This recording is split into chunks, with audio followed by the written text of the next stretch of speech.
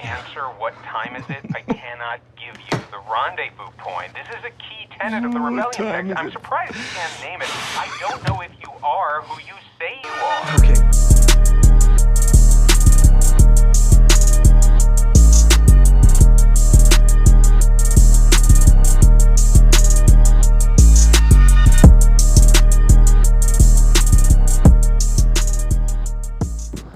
Boom! What's up, everybody? We got a quick little product review. Company SlickMitt reached out to us on TikTok, asked if we want to try a couple of their products out. I said sure, of course. So got these in here. If you don't know what it is, it's essentially kind of like a plastic, a pretty hard plastic cylinder, and it's got, I put the one strap up here.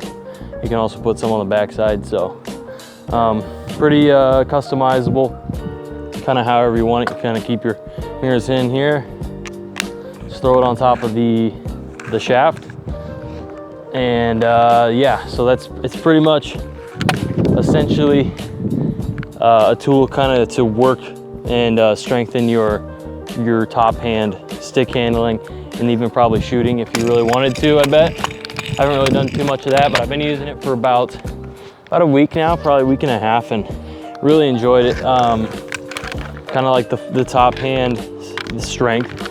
It's been a hard learning curve for me, I guess. When I started playing, I was really like heavy dominant on just mostly having my bottom hand do a lot of the work. Gotten better with it now, I think, a little bit, but now I got this thing in, I feel like it's gonna help and realize where my hand's supposed to be, hand placement, where it's actually supposed to be. So, for example, it's good for just general, general training, like pucks far out.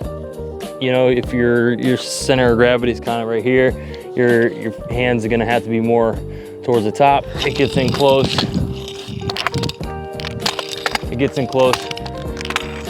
Your hand's supposed to kind of gravitate more towards the center of the shaft, so you got more leverage, more strength on the puck. It makes you adjust your hands if you aren't already, your bottom hand especially.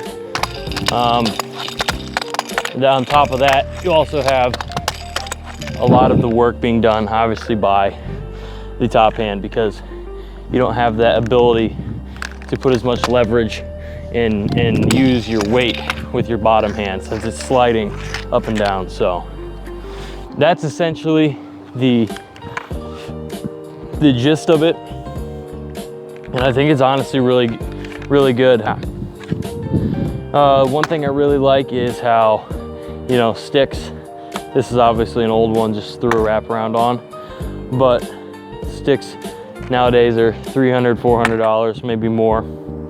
And with all these sick, cool graphics, a lot of the new Bauer ones have all the chrome stuff. And at first I was thinking, well, maybe it might mark up some of those graphics, just having to slide up and down the shaft the entire time. But like I said, I've been using it for, a week and a half. So, and I've seen no like signs, and I'm like really like ripping this thing on here just for an example. So I've had no experience with taking any the graphics off, so that's great. You don't want that coming off if you're paying that much money. So going without a glove here, but I'll throw it on. Obviously you can use them with gloves, that's why you got the little straps. Here we are with the mitts on, SlickMitt on. You can see it. See how easy it is to slide up and down. Very nice. I got the red one, got a couple black ones too.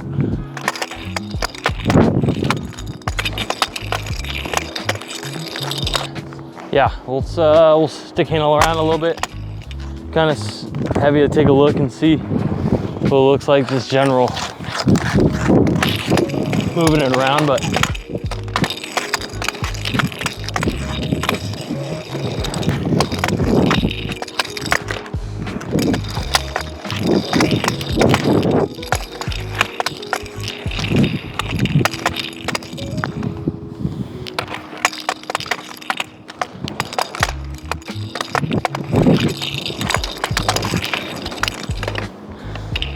So yeah, that's moving around with it a little bit. Honestly, pretty good for any age group, you know.